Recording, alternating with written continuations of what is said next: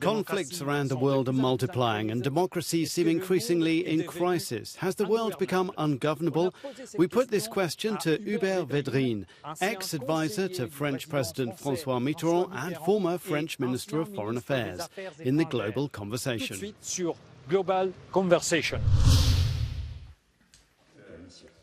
Hubert Védrine, welcome to Euronews.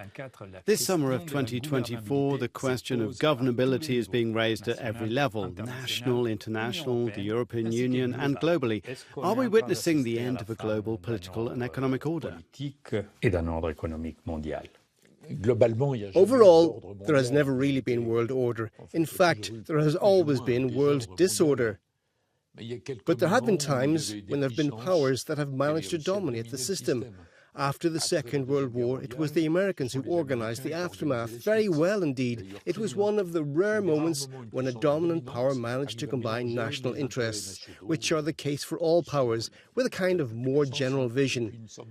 Then there was the Cold War, which was quite stable, by the way, and we understood. There was the East, the West, and the South, and the famous Third World.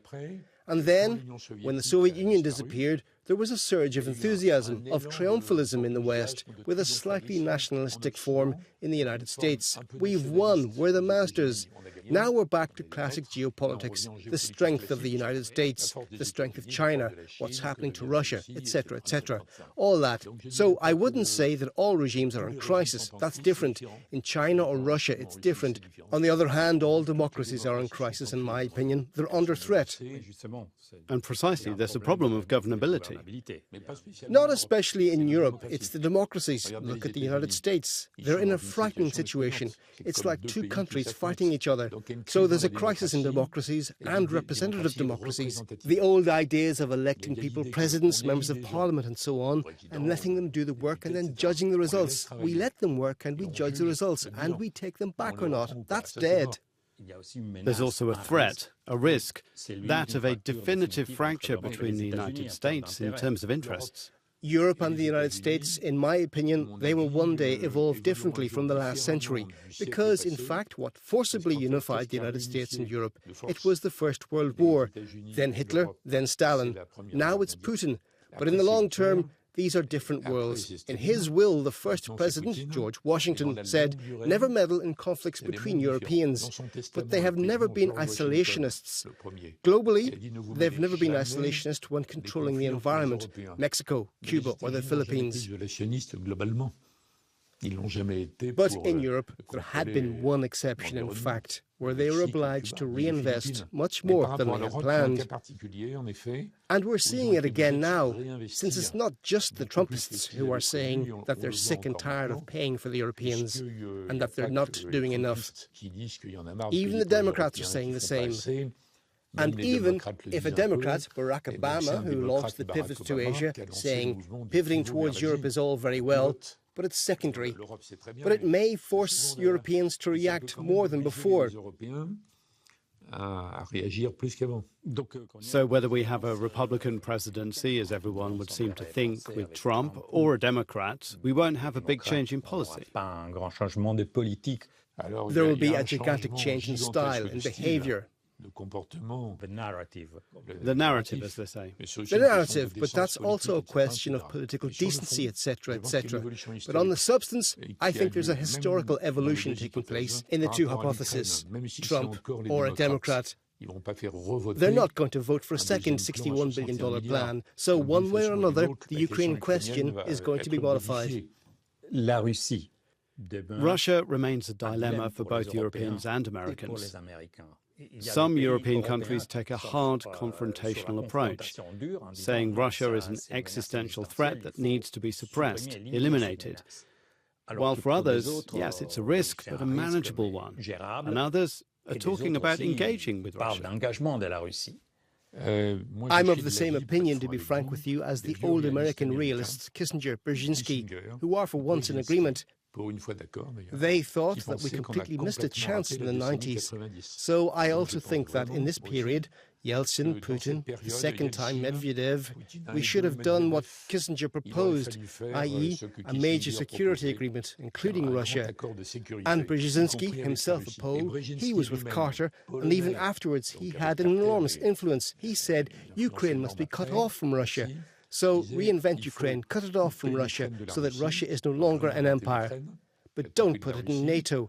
We need to create a neutrality status, like the Austria of the Cold War era. That's not been done at all, but not at all with a strategic duplicity approach. I use the term Olympian offhandedness for the United States. We've won. Our values are going to be imposed everywhere with sermons, sanctions, bombings and so on. We've won. Realism has not failed. Realpolitik hasn't failed. It hasn't been tried. So it was a kind of confused realpolitik that dominated. And here, I do share Biden's approach, and not the one of all the Europeans. Biden from the start said, we've got to stop Putin from winning in Ukraine. We absolutely must. But we're not going to let ourselves be dragged into a war with Russia. And there's a divide here, because there's a group of Europeans who don't dare to say it outspokenly, but they think we should remove the Russian regime. That's the truth.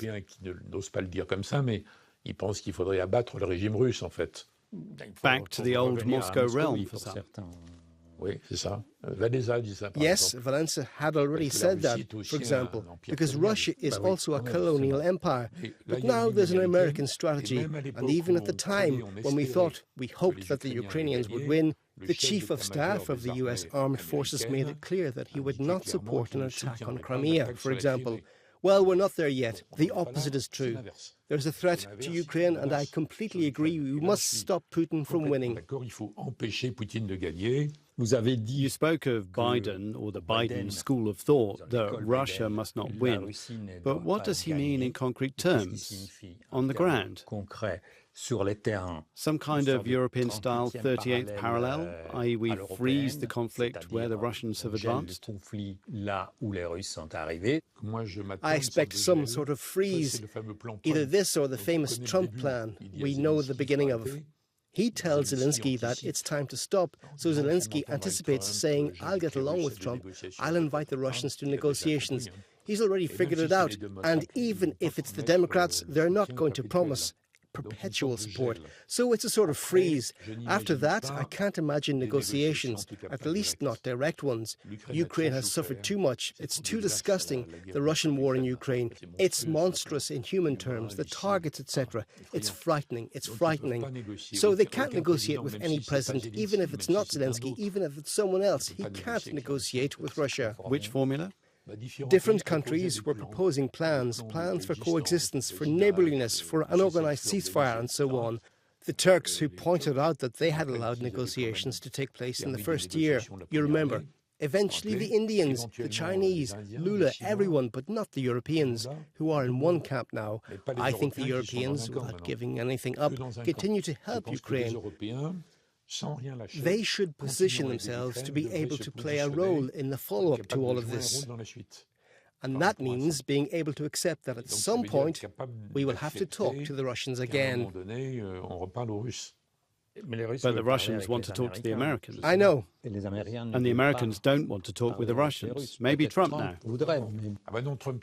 No, Trump has a plan. We're stopping. There's no more money, and we're not giving you any more military targets. But then everyone will tell him, even in the United States, you still have to stop Putin from attacking again. Even for Trump, it could work, because if they attack again, he can't impress the Chinese. So there could be a second part to Trump's plan if he wins the election. We're not sure yet, but in that realistic hypothesis, he will say, I'm settling the question between my election and entering the White House on January the 21st. So that means he'll be able, one way or another, to get Russian guarantees that are worthless, in my opinion, unless they are threats, what we call guarantees, which have to be deterrent threats. Ce qu'on appelle garantie, il faut que ce soit des menaces dissuasives, en vrai. Could Ukraine's accession to the European Union be a solution acceptable to everyone? Enlargement in general one day must stop somewhere. So the idea that we're going to enlarge all the way to Mongolia, well, it's a joke now. But we're not there yet. Ukraine, I can understand that at some point, for reasons of human solidarity, given the atrocities suffered by the Ukrainians, we must make this gesture. But it's very complicated. They don't meet the conditions, so there must be a realistic timetable. On the other hand, we can't let down countries like those in the Western Balkans, which have been in the waiting room for years.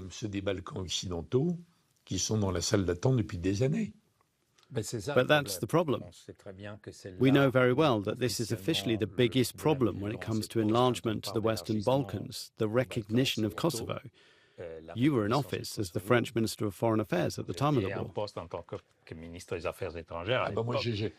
I was in the contact group, including the Russian minister at the time, Igor Ivanov, but I would point out that Spain has not recognized Kosovo. There are several European countries that haven't recognized it because it's too dangerous a precedent. So I don't see how the European machinery, which is rigid in its thinking, with much arrogance, perhaps a little less now, I don't understand how it's made a condition. Even because the construction of a European defence, especially from an industrial point of view, remains something unreal, doesn't it? Anyway, it's all a bit of theatre. Even before Macron, who was even more convinced personally, the French have always proposed a European defence, and the Europeans don't want it. It requires European defence industries. But the Americans, while claiming that Europeans need to spend more, are fighting European competitors. So they want Europeans to spend more to buy American. The countries that can't when it comes to defence, of which there are 6 or 7, I say it publicly, it's silly, but it should be done secretly. They should think among themselves about what to do if there really is Trump. The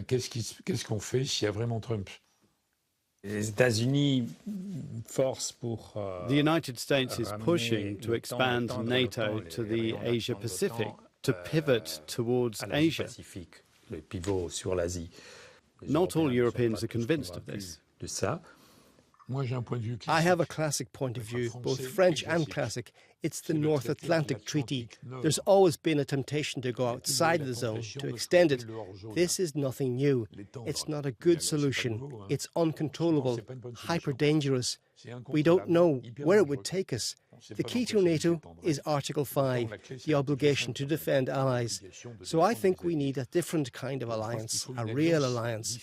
And in certain cases, for certain specific operations, there could be a one-off limited collaboration between this or that NATO country in Europe and this Asian alliance or not.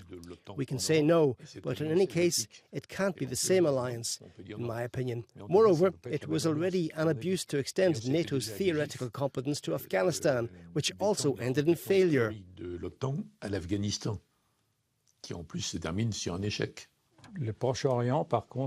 Moreover, the Middle East, on the other hand, is still, let's say, a huge problem for European security. There are several scenarios, some of which are appalling. The nationalist, extremist, almost fascist Israelis, not necessarily Netanyahu, but his allies, managed to expel all the Palestinians. They make life unbearable in the West Bank. So they really are incendiaries on the West Bank. Or you have the other atrocious hypothesis. One day the Israelis are hit with a real bomb. These are scenarios, not solutions. The only solution is the one Yitzhak Rabin had the courage to accept. 2 states, with a Palestinian state. Rabin, Shimon Peres, Olmert and others, Barak and even Sharon, in the end accepted this idea. Before Netanyahu won, took power again, as Clinton said, because of the influence in the electorate of Russian Jews. He said, with me, never a Palestinian state. And the horror of October the 7th, then the horror of the war came. So it's not just a question of security. What could be the basis for a Palestinian state? At that time, there was Arafat, the PLO. But even the Biden team, which, by the way, is very, very good on this, I mean, very good, the best they can have in relation to what America is, Biden, Blinken, Sullivan, they say there must be a path towards a Palestinian state. Even the Arab countries had completely given up. I'm working on the assumption that Netanyahu will be sidelined. We need an Israeli government that takes the risk on the Palestinian side. We need to reinvent a new credible Palestinian Authority. So that's the only threat to Hamas, and Hamas will do everything in its power to prevent it. So if we find another Israeli Prime Minister, another Palestinian leader, not Hamas, we must protect them. And how about a single state? I don't think it will hold. With a change of name, perhaps? We have to start by separating the two peoples, maybe one day to live more together, etc. So I don't believe in it. I just don't see it. It seems even more complicated than the other scenario, which is already complicated enough. But you can't give up. One must hope for that. We end with a slightly less complicated scenario, we think and we hope. The French situation after the elections. For the first time, we're seeing major difficulties in finding a majority. And the solution of a cohabitation also arises. But with which majority? You were a minister in a cohabitation government. I've been through all three cohabitations. Already, President Macron didn't have a real majority, so he had a government that navigated according to the issues. The situation is even more complicated than before. Firstly, because no one had anticipated the electoral coalition known as the Popular Front. Quite astonishing, in fact, because... A cartel? Yes, what was called the cartel of the left around the years 22-23. Macron did not expect it, but nobody expected it, because that's an absolute contradiction in substance. On other issues, just look at the programme. It's clear that there are personal contradictions, conflicting ambitions, and huge programme contradictions. So the question is, what happens in the year ahead? Unless the Popular Front succeeds in imposing a single candidacy, but for the moment they can't do that.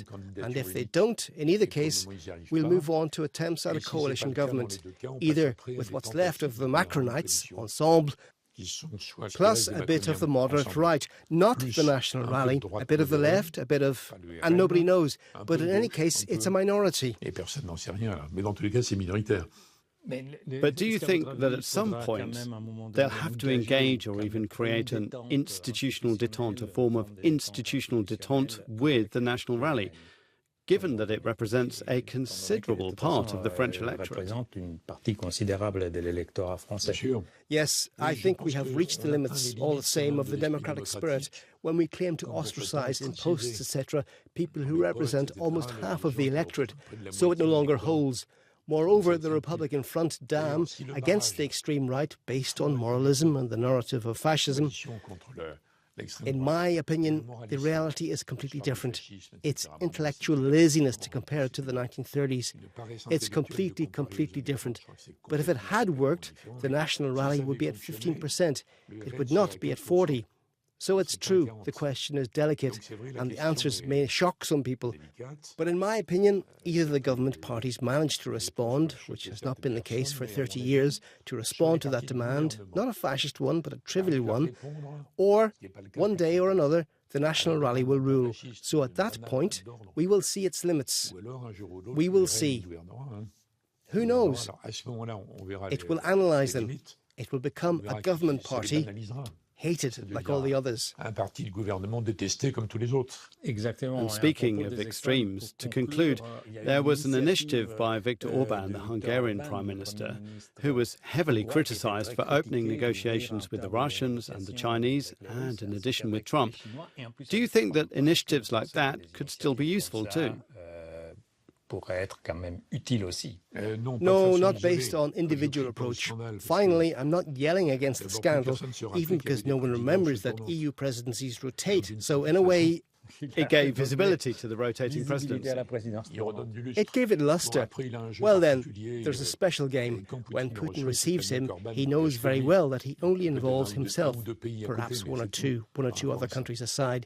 But that's all in relation to that. So I'm not yelling at Orban, even if it puts the entire Commission system, the CFSP, into a comatose state. And anyway, the framework will change at the end of the year. Is it Trump? That is most likely today. Will the Democrats not continue the previous approach? So Orban can say, I prepared the ground, Because there, the discussion that interests the Russians is the American discussion, and Zelensky will need people who talk to the Americans and the Russians. So they started an exaggerated scandal. It's about internal struggles, but that's not the solution either. And I don't see the Europeans themselves, even within the context of Trump, acting like Orban. Thank you very much. Thank you for your invitation and your questions. On a fait le double. Il faut garder le double. C'est intéressant, il faut tout garder.